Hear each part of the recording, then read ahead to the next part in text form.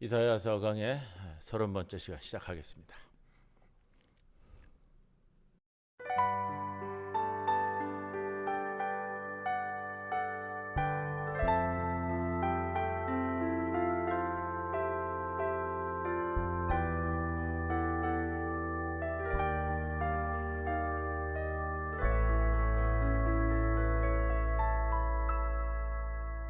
감사해 시험이 닥쳐올 때에 주께서 인도하시니 두려움 없네. 모두 감사해 절망 속에서 새 힘을 새로운 용기 주시니 승리하리라. 나의 모든 생활 속에서 주님이 함께 하시니 주님의 성령 나를 인도하시니 시험이 나를 찾아올 때 주님 지켜주시니 주님의 성령 나를 인도하시니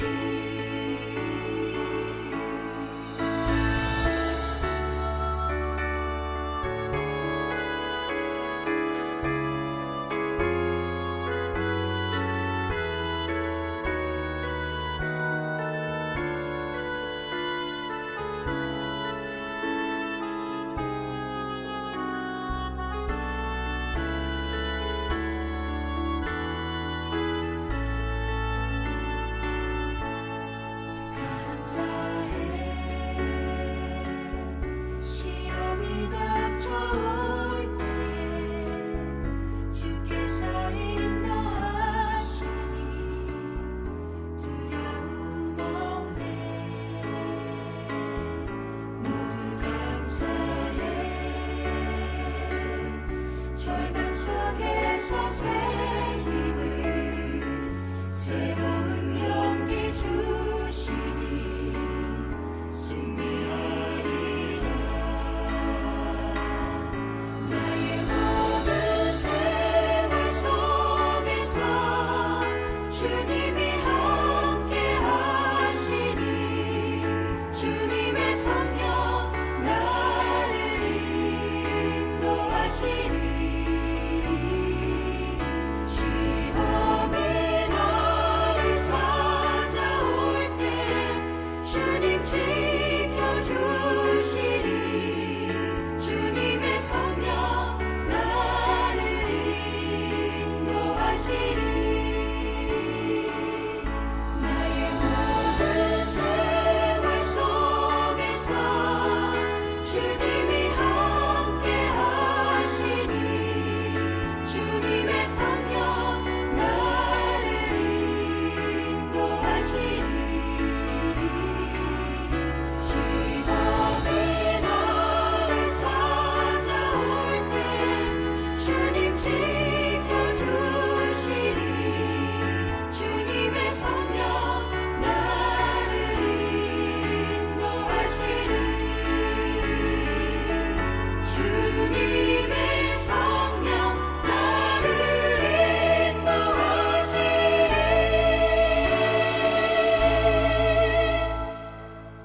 기도드리겠습니다. 주님, 우리 모두 주님처럼 말하고 행동하게 하옵소서. 나를 낮추고 남을 낮게 여기며 배려와 인내로 잘 듣게 하옵소서. 그리스도의 마음을 품고 형제와 이웃의 허물을 용납할 수 있는 넉넉한 마음을 가진 그런 사람이 되게 하옵소서. 마음의 중심이 주님께 고정되게 하시고 욕심과 소임을 분별하는 지혜도 주시고 기쁨으로 늘 주님의 말씀에 순복하는 삶을 살도록 이끌어 주옵소서. 매일매일 주시는 일용할 양식에 감사하고 수고함으로 낙을 누리는 것이 하나님의 선물임을 기뻐하게 하옵소서. 지금 만나는 이들에게 믿음과 긍정의 말, 감사와 칭찬의 말, 사랑과 위로의 말을 하게 하옵소서. 세상의 가치관으로 삶을 비교하지 않게 하시고 정결한 마음과 선한 양심을 주셔서 선하신 하나님의 일에 복무하게 하옵소서. 예수님의 이름으로 기도합니다. 아멘. 556장 찬송 드립니다.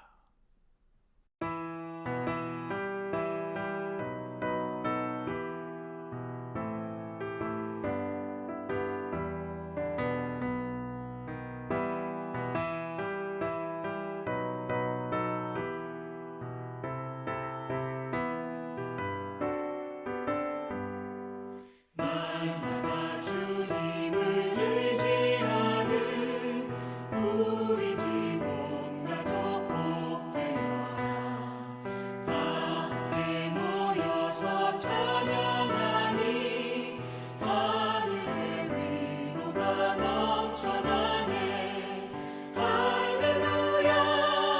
우리 가족 사랑과 행복의 안식처. 할렐루야.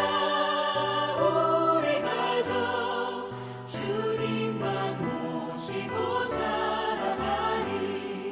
아버지 어머니 사랑하고 형제와 자매들 후회하니.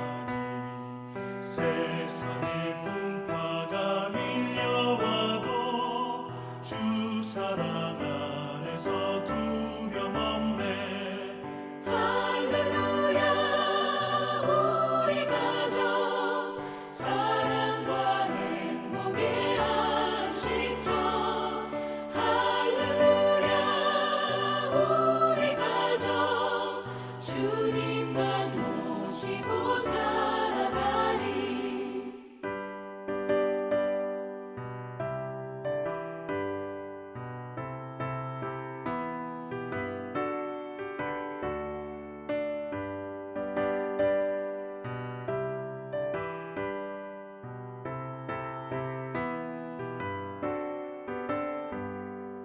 말씀과 기도가 풍성하고 기쁨과 감사가 가득하니. 하나님 우리 집 생각하사 대대로 복되게 하시도다. 할렐루야. 우리 가족 사랑과 행복의 안식처. 할렐루야. 우리 가족 주님만 모시고 살아가니.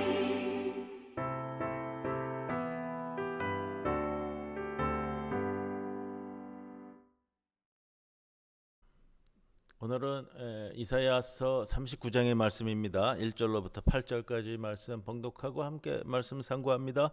그때의 발라단의 아들 바벨론 왕 무르닥 발라단이 히스기야가 병 들었다가 나았다 함을 듣고 히스기야에게 글과 예물을 보낸지라. 히스기야가 사자들로 말미암아 기뻐하여 그들에게 보물 창고 곧 은금과 향료와 보배로운 기름과 모든 무기고에 있는 것을 다 보여주었으니 히스기야가 궁중의 소유와 전 국내의 소유를 보이지 아니한 것이 없는지라. 이에 선지자 이사야가 히스기야 왕에게 나와 묻되 그 사람들이 무슨 말을 하였으며 어디서 왕에게 왔나이까 하니 히스기야가 이르되 그들이 원방 곧 바벨론에서 내게 왔나이다 하니라. 이사야가 이르되 그들이 왕의 궁전에서 무엇을 보았나이까 하니 히스기야가 대답하되 그들이 내 궁전에 있는 것을 다 보았나이다. 내 창고에 있는 것으로 보이지 아니한 보물이 하나도 없나이다 하니라. 이사야가 히스기야에게 이르되 왕은 만군의 여호와의 말씀을 들으소서. 보라, 날이 이르리니 내 집에 있는 모든 소유와 내 조상들이 오늘까지 쌓아둔 것이 모두 바벨론으로 옮긴 바 되고 남을 것이 없으리라. 여호와의 말이니라. 또 내게서 태어날 자손 중에서 몇이 사로잡혀 바벨론 왕궁의 황관이 되리라 하셨나이다 하니 히스기야가 이사야에게 이르되 당신이 이른바 여호와의 말씀이 좋소이다 하고 또 이르되 내 생전에는 평안과 견고함이 있으리로다 하니라. 오늘 이제 39장 말씀입니다. 다음 주간에는 우리가 이제 40장 들어갈 텐데 일반적으로 나눠서 이사야서를 세 부분으로 나누거든요. 네, 39장까지를 제1 이사야다. 40장부터를 제2 이사야다. 내용이 좀 많이 바뀌고요. 문체도 바뀌고 그렇습니다. 이제 우리가 다음 주에 제2 이사야 들어갈 때는 조금 말씀을 드리고 시작할 거고요. 우리가 지난 시간까지 38장을 두 번에 가서 이제 말씀을 나누었는데 하나는 히스기야의 처한 상황에 대한 거, 이제 죽을 병이 들었다 이거잖아요. 그리고 두 번째로는 중간에 끼어 있는 히스기야의 기도, 두 말씀을 함께 두 번에 걸쳐서 이제 나누어서 말씀을 상고했는데 39장은 이제 히스기야의 이 마지막 부분에 대한 말씀을 봅니다. 그래서 하나님으로부터 고침을 받은 히스기야가 어떻게 자신의 인생을 마무리할 것인가? 10년의 생애를 더 연장을 받았는데 그 모습에 있어서는 좀 안타까운 면들이 많다. 오늘 이제 그 부분을 다루는데 삶이 그래요. 시작도 중요하겠지만 끝마무리를 잘 해야 됩니다. 어떤 이들은 그런 표현을 씁니다. 끝이 좋으면 다 좋다. 좀 그렇지 않은 면도 있겠지만 끝이 좋으면 다 마무리가 잘 되는 면도 없지 않아 있습니다. 그러나 히스기야 왕의 말년 이야기는 좀 진한 아쉬움을 남긴다. 인생의 마지막을 꼭 이렇게 끝낼 수밖에 없었을까? 아시리아의 침공으로 풍전등화의 위기에 처한 나라를 하나님에 대한 히스기야 왕이 견고한 믿음으로 구원해냈고 또 개인적 병마와 싸움에서도 불굴의 믿음과 끈질긴 기도로 승리한 사람입니다. 그 내용을 우리가 지난번 두 번에 걸쳐서 말씀을 함께 나누었는데 이런 히스기야 죽을 병에서 회복된 히스기야가 후대를 위해서 자신이 겪었던 절망과 분투를 담담한 필체를 들어서 기록해 놓은 것이 이제 히스기야의 감사시. 그래서 지난주에 나눈 말씀입니다. 9절부터 20절까지 말씀인데 본인이 이제 죽음을 선고받았잖아요. 죽음을 선고받은 그 자리에서부터 느껴지는 고뇌, 필사적으로 하나님만을 붙들었던 그 모습들, 그렇게 기도했던 모습들, 그리고 마침내 자기가 구원받았을 때의 기쁨과 감격 이런 것들을 이제 진솔하게 기도의 형식을 들어서 표현했기 때문에 히스기야의 기도, 히스기야의 찬송하고 소제목을 우리가 붙일 수 있는 38장 9절로부터 20절까지의 말씀을 생각해 봅니다. 그러면서도 지난주에 나눈 말씀 중에 이제 자신의 선왕이었던 아하스와는 전혀 달랐다. 아하스는 하나님에 대한 신앙이 결핍되어 있었고 국가적인 난관이 닥쳤을 때 이제 부들부들 떨 수밖에 없었던 그런 인물에 비해서 히스기야는 당시 대제국이었던 아시리아가 침공해 왔어도 물론 두려웠겠죠. 그러나 성전에 올라가 하나님께 부르짖고 또 이사야 선지자에게 기도를 부탁하고 그렇게 돌파구를 찾았던 사람. 여기까지는 참 좋습니다. 우리 지난주까지 나눈 말씀 두 번에 걸친 모습 참 좋았는데 오늘 39장에 보이는 말년의 모습은 참 실망스럽다. 자, 내용은 그거잖아요. 히스기야가 죽을 병에서 노임을 받았다라는 소식을 듣고 바벨론 왕이 특사를 통해 천사와 더불어 값진 예물들을 보냈습니다. 이게 이제 좀 달라요. 아시리아의 침공이 있을 것이고 이제 바벨론 이야기가 갑자기 나오잖아요. 바벨론은 당시에는 이제 새로이 일어나고 있었던 나라고 작은 나라고 지금은 메소포타미아 지역의 판세는 아시리아 제국이 잡고 있는 그런 모습이에요. 자, 바벨론 왕은 이제 메소포타미아 지역에서 새롭게 일어나고 있는 작은 나라였기 때문에 당연히 고대 근동 지역에 있었던 나라들 중에 하나인 유다의 왕이 죽을 병에 걸렸다가 나음을 받았다라는 소식을 듣고 특사를 보냈다 이거예요. 물론 뭐 정치적인 제스처라고 보는 것이 맞겠죠. 근데 히스기야 왕이 그 모습에 대해서는 한참 고무되었다라는 거예요. 그런 자신의 모습을 알아주고 축혀주고 하는 이 바벨론 마음에 들었다 이거죠. 어떻게 보면 이제 우쭐댔다라고 보는 거예요. 그래서 바벨론 사자들에게 참 그 웃긴 모습이 뭐인 거예요. 나라의 모든 살림을 다 오픈해 가지고 보여주기 시작합니다. 보물 창고를 열어서 나라의 재정 상태도 보여주고, 무기고를 열어서 각종 무기와 방어 시스템 이런 거 다 노출시켰다라는 거예요. 자, 그 모습을 볼 때는 히스기야가 좀 방자했다라고도 보여지고요. 자신이 이렇게 살아남았다라는 것에 대한 어떤 뭐라 그럴까요? 교만함도 있고. 근데 우리가 잊어버리는 게 있습니다.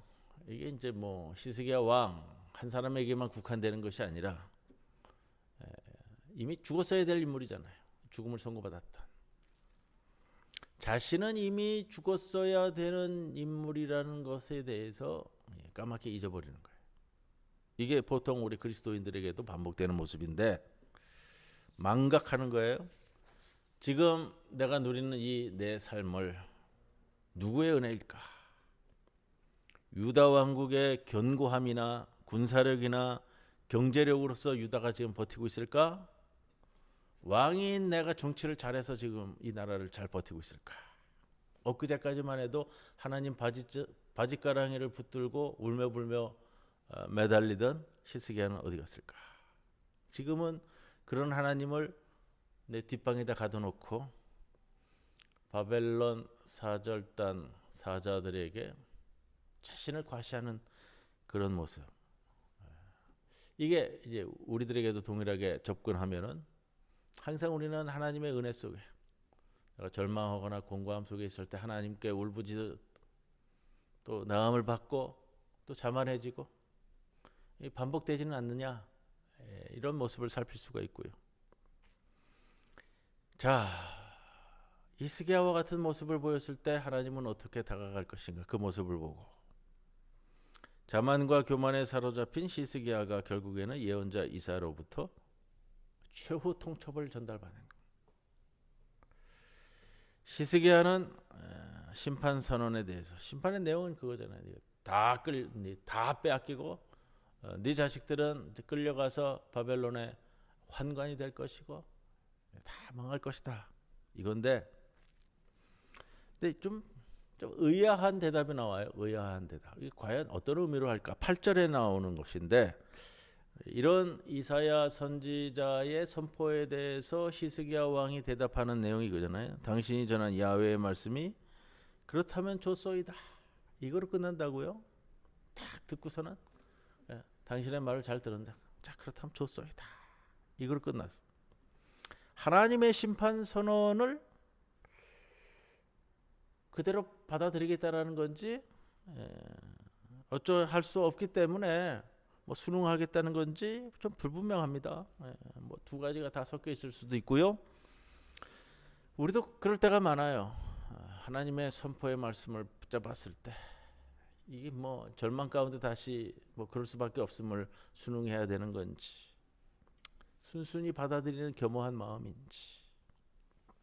그런데 성경에서 이야기하는 것이 있어요. 히스기야가 속으로는 무슨 생각을 했을까? 이 말 속에 들어있는 건 뭐냐면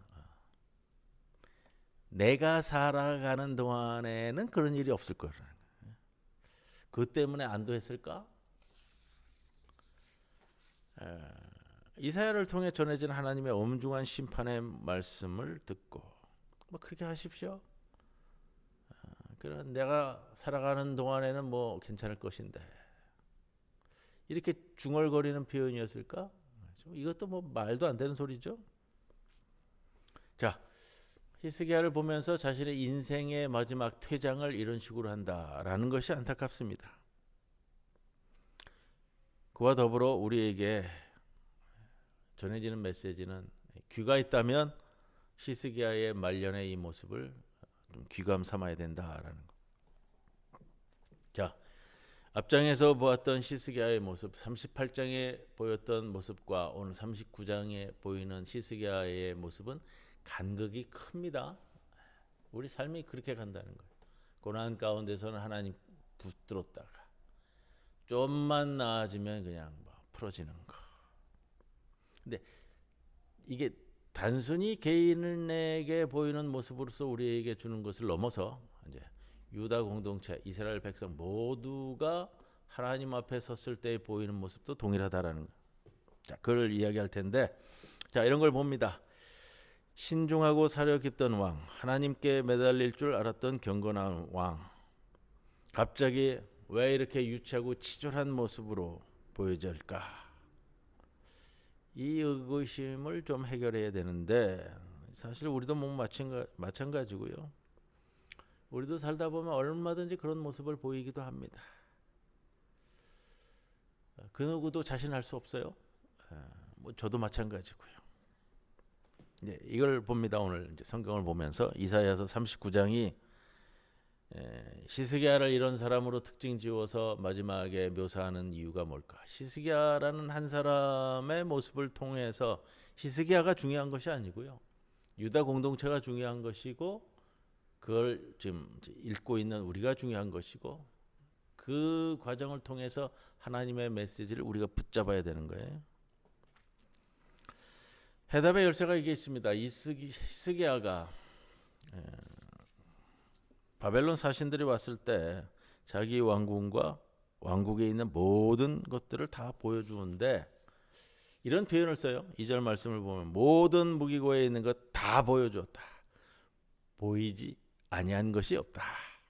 4절에 보면 다 보았다. 궁전에 있는 거 이렇게 되는 거예요. 이에 대해서 하나님도 예언자 이사야를 통해서 히스기야에게 주시는 말씀이 동일한 패턴으로 갑니다. 6절 이하에 보면 내 집에 있는 모든 소유 다 빼앗길 것이고 내 조상들이 쌓아둔 모든 거 다 끌고 갈 것이다. 동일한 패턴으로 표현하는데 모든 거 다 보여주고 다 했어. 다 끌려갈 거고 다 빼앗길 거고. 이게 어떤 걸 얘기하느냐? 앞으로 하나님의 역사, 하나님의 경륜이 어떻게 벌어질 것인가 하는 것을 암시해 주는 역할입니다. 하나님의 심판은 단순히 우연히 이렇게 일어나는 것이 아니고요. 자, 우리가 잘못 생각하면 히스기야 한 사람이 잘못된 판단과 잘못된 행동으로 뭐 이 유다 왕국이 망할 것이다. 이런 것이 아니라 결국은 하나님의 계획에 따라 전개되어 될 건데 그것이 히스기야가 그랬기 때문에 그런 것이 아니라 지금까지 이끌어온 이스라엘과 유대 왕들의 모든 것들이 점층되어졌고 지금 이제 마지막으로 히스기야 왕 때 다 털려갈 건데 이제 100년 후에예요. 하나님은 이 유다 이스라엘 백성들의 나라를 새롭게 세우기 위해서 마지막 결단은 뭐냐면은 이제 다 부수고 새롭게 세우겠다라는 하나님의 섭리와 경륜이 마지막으로 드러나는 데 있어서 유다와 예루살렘에 대한 부패와 타락에 대해서 고발과 심판이 계속해서 축적되어 오다가 이제 히스기야에서 절정을 보이는 것 이렇게 좀 보면 접근이 좋습니다. 하나님의 계획, 하나님의 섭리, 하나님의 경륜 큰 틀 안에서 오늘 39장을 읽게 됩니다. 오늘 본문이 가리키는 역사적인 배경이 있죠. 발라단의 아들이자 바벨론 왕인 무로닥 발라단이 바벨론을 통치하는 왕인데 아버지가 이제 발라단이고요. 무로닥 발라단이라는 것은 이제 무로닥이라는 것은 이제 우리가 창세기 할 때 좀 말씀을 나눴습니다. 마루둑 신이죠. 마루둑 신, 바벨론의 신인데 마르둑 신이 나에게 계승자를 주었다. 발라단의 아들이란 뜻이에요.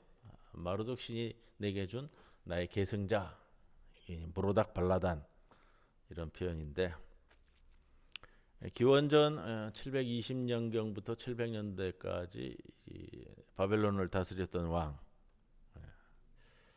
네, 연도를 좀 살펴보면은 아시리아 제국이 유다를 침공해서 거기에 대한 히스기야의 저항이 있었던 것은 기원전 701년 사건이고 히스기야가 병을 얻었던 것은 703년경이에요.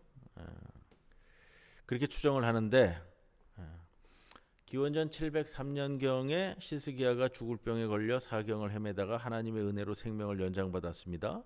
그 후 2년 뒤에 701년경에 기원전 701년경에 아시리아 대군이 유다를 침공을 감행하는데 그리고 이제 예루살렘을 포위했다가 물러갔죠. 히스기야 우리 36장 시작할 때 그런 말씀을 드렸습니다. 39장까지는 좀 이야기 형식으로 진행이 됩니다 했는데 히스기야 왕이 겪은 사건들을 기록하는 이야기체. 근데 좀 독특한 게 있어요. 36장, 37장이 원래 아시리아 침공 사건을 기록하기 때문에 시기적으로는 뒤로 밀리는 거고요. 오히려 38장, 39장이 2년 정도 앞으로 당겨지는 거예요. 히스기야의 발병과 회복 사건을 통해서 그 다음에 이제 아시리아 침공이 있은 다음에 물러가는 이야기 이렇게 연도별로는 되어지는데 성경의 기록은 여기 바뀌었습니다. 이사야서를 기록하고 있는 기록자들, 기자들이 뭐 성경에는 이제 그런 면들이 많이 나옵니다. 열왕기서도 그렇고요, 역대기서도 그렇고요. 꼭 연대기 순으로 시간 순으로 이렇게 기록을 하고 있지는 않다고요. 이런 배열을 통해 전달하려는 신학적 메시지가 있습니다.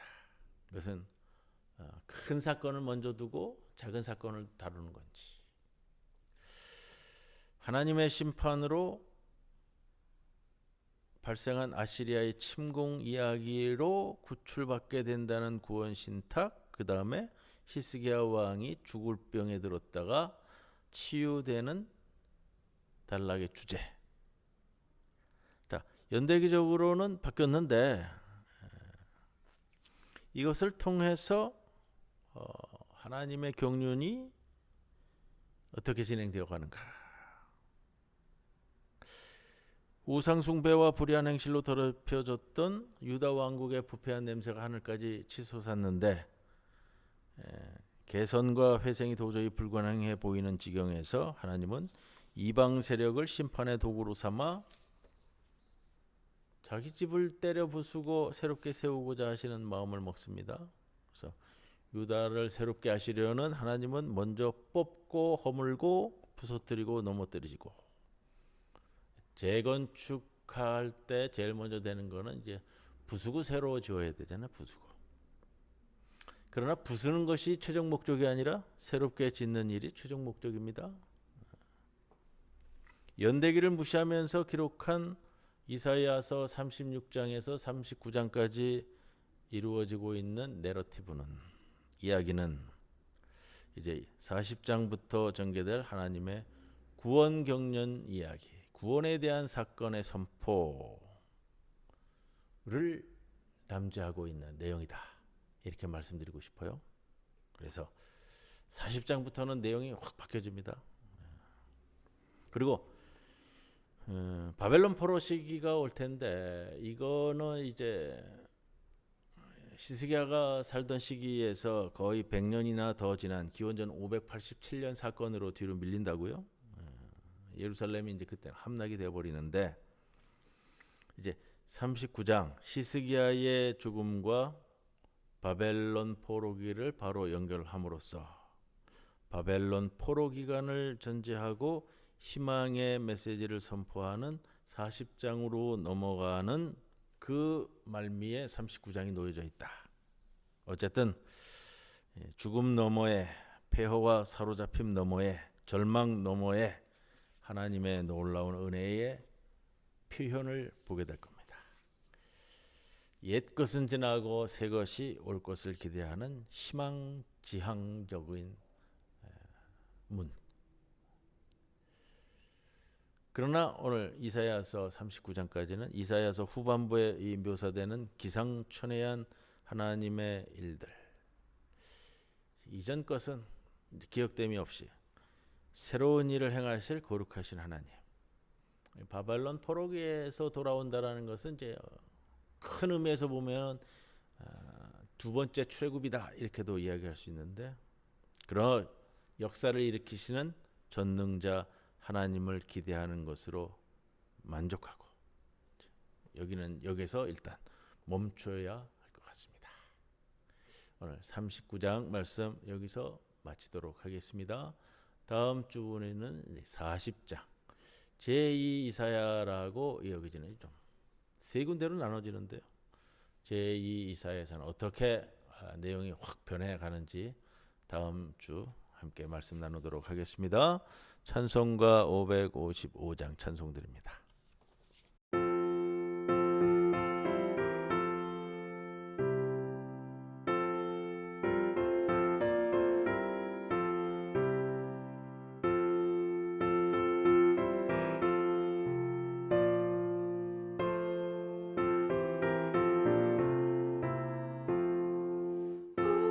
우리 주님 모신 가정 복되고도 복된 가정 괴로우나 즐거우나 주를 위해 살아가니 온 식구가 모여 앉아 즐겁게 찬송하니 지금까지 지내온 것 주의 크신 은혜로다. 주의 자녀 모여 앉아 주께 기도드리오니 가족들의 건강함과 화목함을 주옵소서. 슬플 때의 위로함과 괴로울 때 평안함을 험한 세상 살아갈 때 환난에서 구하소서.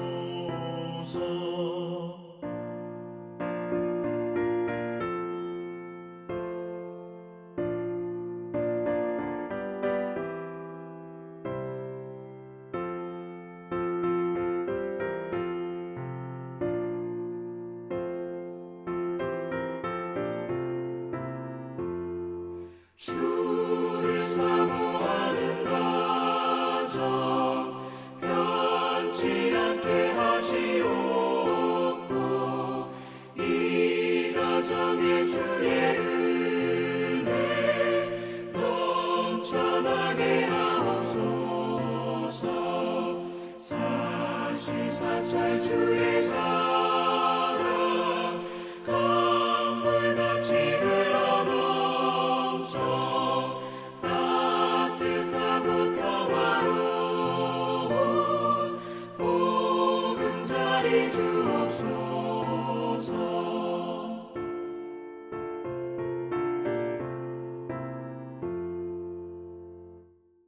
주님 가르쳐 주신 기도문으로 함께 기도드리겠습니다. 하늘에 계신 우리 아버지여, 이름이 거룩히 여김을 받으시오며 나라의 임하옵시며 뜻이 하늘에서 이루어진 것 같이 땅에서도 이루어지이다. 오늘 우리에게 일용할 양식을 주시옵고 우리가 우리에게 죄 지은 자를 사하여 준 것 같이 우리 죄를 사하여 주시옵고 우리를 시험에 들게 하지 마시옵고 다만 악에서 구하시옵소서. 나라와 권세와 영광이 아버지께 영원히 있사옵나이다. 아멘.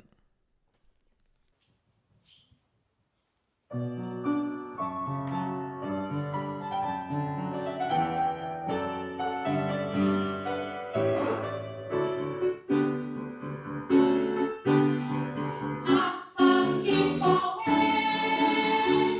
쉬지 말고 기도해 감사해 감사해 우리를 향하신 주 뜻이니라.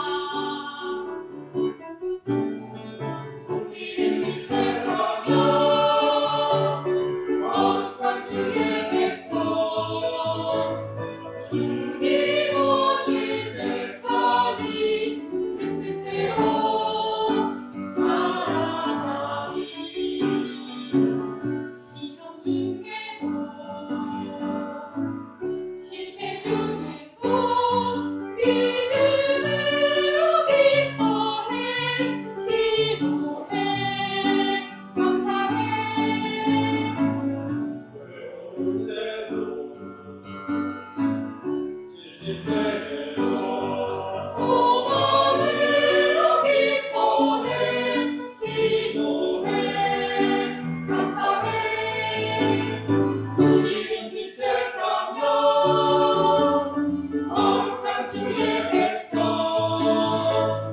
우리 주님 걸어가신 발자취를 할 텐데 한 걸음 한 걸음 주 예수와 함께 날마다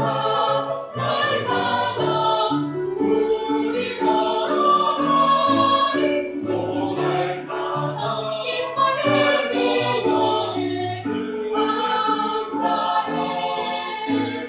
날마다 기뻐해 기도해 주께 감사해.